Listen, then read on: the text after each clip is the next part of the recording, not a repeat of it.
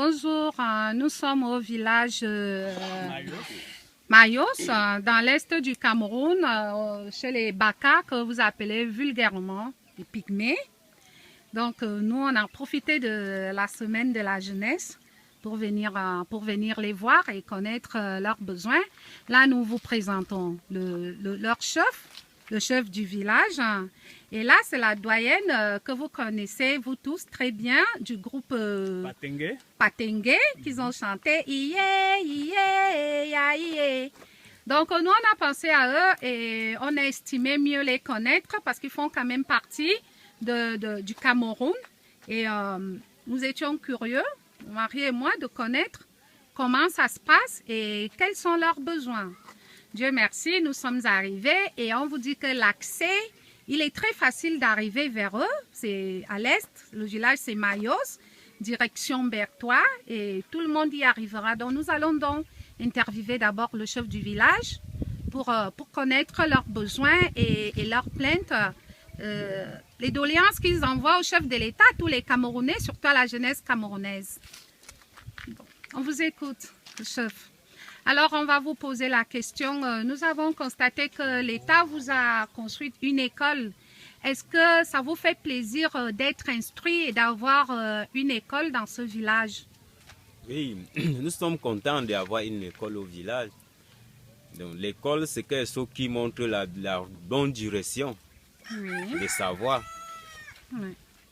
C'est ça que l'État nous a ouvert cette école. Oui. Et nous sommes contents, les enfants partent à l'école chaque jour. Tous les enfants sont scolarisés? Oui, tous les enfants, mais sauf vraiment le problème qu'on a, les problèmes des enseignants. Vous n'avez pas d'enseignants? On a des enseignants et on a une cycle complète. Oui. Un cycle complet pour deux enseignants? Pour deux enseignants. Oui, d'accord. Donc vous avez besoin d'enseignants? Très bien. Oui. Et au niveau, par rapport à la santé, est-ce que vous êtes satisfait? Est-ce que vous avez les moyens de vous soigner? Ou bien vous continuez à vous soigner par vos méthodes traditionnelles? Bon, je venais de le dire maintenant pour le problème de l'exploitation forestière. Oui. On a les sources d'arbres que tout ça est coupé. Oui. Bon, il nous manque des médecines traditionnelles. On a un peu, il n'y a plus beaucoup comme c'était avant. Oui. Parce qu'on a beaucoup de bois qui sont déjà perdus. Oui. À cause de l'exploitation forestière. Oui, d'accord.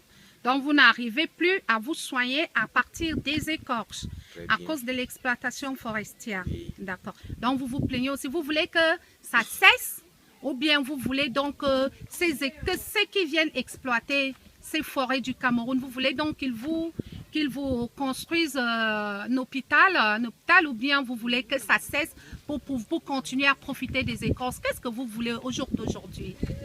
Donc, le côté, on entend parler avec les exploitations, ils disent qu'ils vont nous aider. Oui. Ils vont nous aider. Maintenant, on attend les années passent, on ne voit rien. Et nous sommes là comme ça, isolés. Oui. On ne connaît même pas tout ce qu'on peut aller. Oui. Et que quand on avait nos écorces, c'était là autour de nous. Oui. Un enfant peut-être a pris une palue, tu vas courir même pas de 100 mètres, tu vas trouver le produit. Oui. Et maintenant, pour trouver ces produits-là, il faut faire des centaines de kilomètres pour aller trouver peut-être celui qui est au plein fond de la forêt. Oui. Bon, ça prend du temps et que l'enfant pouvait être guéri, maintenant la maladie fait qu'il est aggravé. Oui, d'accord. Et maintenant, au côté de l'hôpital, il faut avoir l'argent. Pour aller se soigner. Et avec l'homme Baka, c'est difficile pour avoir trop d'argent pour aller se soigner en ville. Alors, on a appris qu'il y a des Blancs qui vivent dans ce village et des Américains. Qu'est-ce qu'ils vous apportent donc? Et qu'est-ce qu'ils font là exactement? Qu'est-ce qu'ils font ici et qu'est-ce qu'ils apportent au village? Quelle est leur contribution? Donc, les contributions ici, ils font l'église. Oui. Et avec des petites l'herbe, peut-être l'herbe, il faut avoir d'abord ta part de côte-part pour voir le problème de te soigner. Il faut avoir quelque chose d'abord pour toi-même. Oui. Avant que ils vont aller voir les pas et voir ta part, ils vont t'aider. C'est là que tu vas arriver au centre de santé à Dimako. Oui. C'est ça les contributions. Et qu'est-ce qu'ils font là? Ils font quoi ici? Ces Français, ces Américains, qu'est-ce qu'ils font ici exactement? Et quelles sont leurs activités? Ils sont là pour quoi? C'est ça les activités que je venais de leur dire. Donc, ils sont là pour vous aider, pour l'aide humanitaire. Mais pourquoi est-ce qu'ils vous conditionnent d'avoir une quote-part? Ce ne sont pas c'est pas l'ONU qui les envoie, c'est pas l'OMS, l'Organisation mondiale de la santé, qui les envoie. Ils sont là d'eux-mêmes. Bon, c'est ce que nous, on ne connaît pas. Oui. On ne connaît pas. Donc, on les voit là et ils sont là avec nous. Et avec les petits aides qu'ils nous font. Oui. Former aussi les femmes pour l'accouchement. L'accouchement, oui. Et ils ont une docteure là, spécialiste. S'il y a une femme qui a un problème de faute d'accouchement, ils vont l'aider, oui, à accoucher. Oui. Donc vous êtes satisfait de leur présence au village? Très bien. Ah d'accord, ok, parfait. Toi aussi, on va... Bon, ok, il n'y a pas de problème. Oui, moi j'aimerais revenir sur l'aspect forestier. Vous avez parlé tantôt des forestiers qui ne vous aident pas à grand chose. Mais ma question est la suivante. Est-ce que dans cette exploitation forestière, est-ce que vous trouvez, est-ce que vous en avez déjà parlé au chef du village, au chef du groupement, au chef de celui qui s'occupe de l'exploitation forestière dans la zone? Dans la zone. Oui. On s'est rencontrés, donc il est là auprès de nous-mêmes. On s'est rencontrés, il a montré des projets qu'il pouvait faire au village pendant la première période de commencement de l'exploitation. Oui. Il a promis à les villageois de construire les maisons jusqu'à les maisons n'ont pas été conçues. Maintenant, il nous a encore promis parce que je soumis un problème à lui que j'ai des enfants qui ont des diarrhées parce qu'on a une mauvaise qualité d'eau qu'on consomme. Oui. Il faut nous créer une source ou une puits d'eau qu'on doit toujours boire. Oui. Donc c'est là les projets. Il m'a dit que bientôt le projet serait réalisé. Oui. Et vous attendez toujours? Nous on attend toujours. Comme d'habitude. Comme d'habitude. Comme d'habitude, nous sommes là pour attendre. Si ça va arriver, si ça n'arrive pas, nous sommes là. Comme d'habitude. Ok, d'accord.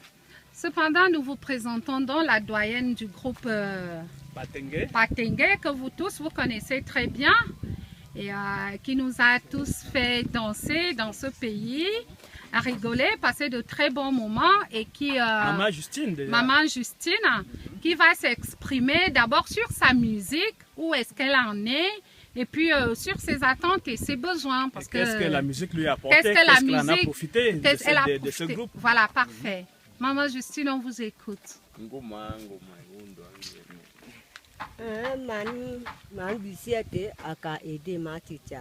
faut que quelqu'un interprète, chef.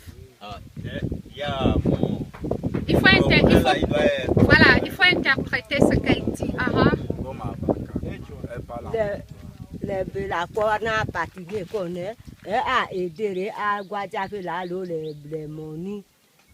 Elle dit le travail qu'elle fait, la musique, ça la aide beaucoup. Ça fait que quand elle voyage, elle découvre au moins aussi les nouveaux qu'elle ne devait pas découvrir. Donc un peu d'argent qu'elle a aussi, elle rentre avec, c'est pour faire un peu de petits champs aussi, pour nourrir aussi au moins la famille. Oui. Et aujourd'hui, est-ce que vous continuez toujours la musique? Oui, elle continue, elle aimait bien son travail. D'accord. Et votre producteur, est-ce qu'il vous satisfait? Vous êtes satisfait sur ce plan?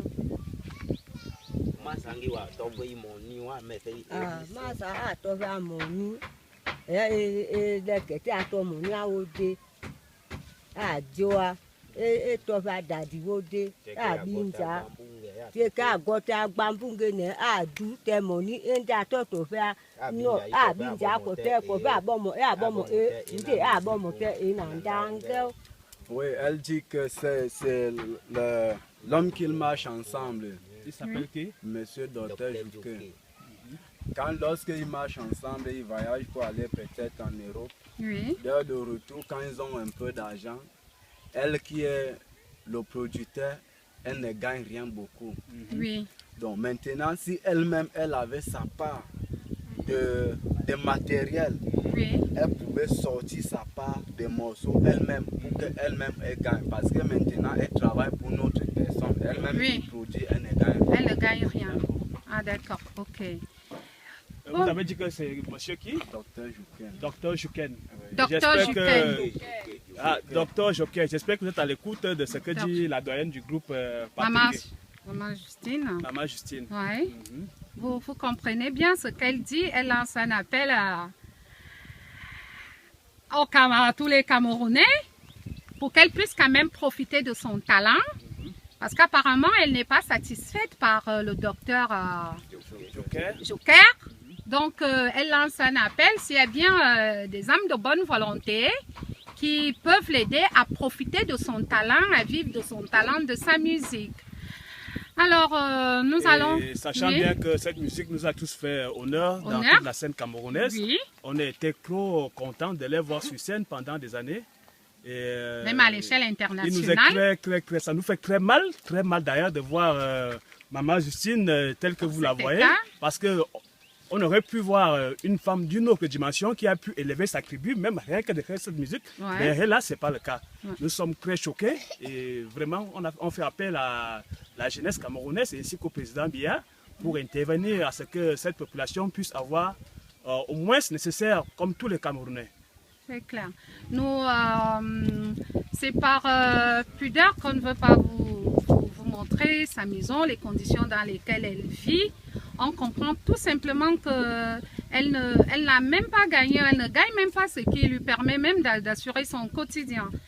Et d'ailleurs, donc, nous faisons appel à vous tous, à la jeunesse camerounaise, à la première dame Chantal Biya, à son excellence le président de la République, Paul Biya, à toutes les âmes de bonne volonté, de penser à cette tribu, aux Pygmées, au peuple Baka, qui sont aussi des Camerounais comme nous, qui veulent vivre dans la civilisation et dont le chef de l'État leur a construit une école et déjà il a toute leur reconnaissance et donc ils ont besoin des enseignants.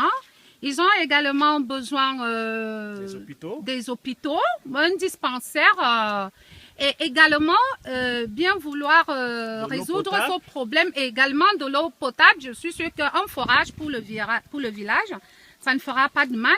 Également bien vouloir résoudre le problème de l'exploitation forestière qui est en train de détruire d'ailleurs toutes les forêts au Cameroun. Aujourd'hui, ils ne peuvent plus se soigner, ils ne peuvent plus vivre de leur culture. Ils sont en train de sortir de leurs principes, de leurs coutumes. Donc ici, bon, là par exemple, vous voyez une maison, par exemple, qui est faite de bois. Hein? Ce bois qui est même exploité dans ce village, mais nous avons de la peine à reconnaître qu'il y a des exploitants forestiers qui coupent ce bois. Qui coupent ce bois, regardez ce qu'ils leur offrent comme des cases. Comme des cases d'habitation, c'est très déplorable. Donc on vous filme. Là-bas au fond, c'est l'école en dur. Là, c'est le musée. Là, c'est le musée d'art Baka. Donc en même temps, c'est aussi un centre touristique que vous pouvez visiter et apporter quelque chose au village, à nos compatriotes, à la maman, la star, la doyenne, ma Justine, le chef du village et à tous nos frères et sœurs. Ils ont vraiment besoin de nous. Sur ce, le couple Ango vous remercie et on compte sur vous. Nous allons quand même vous faire une petite vidéo pour le village, essayer de voir un peu la localité dans laquelle se trouvent nos confrères, dans quelles conditions. Dans quelles conditions ils vivent. Ils ne sont plus en brousse, ce ne sont plus des barbares, c'est des gens civilisés déjà et qui ont besoin de nous. Merci. Au revoir.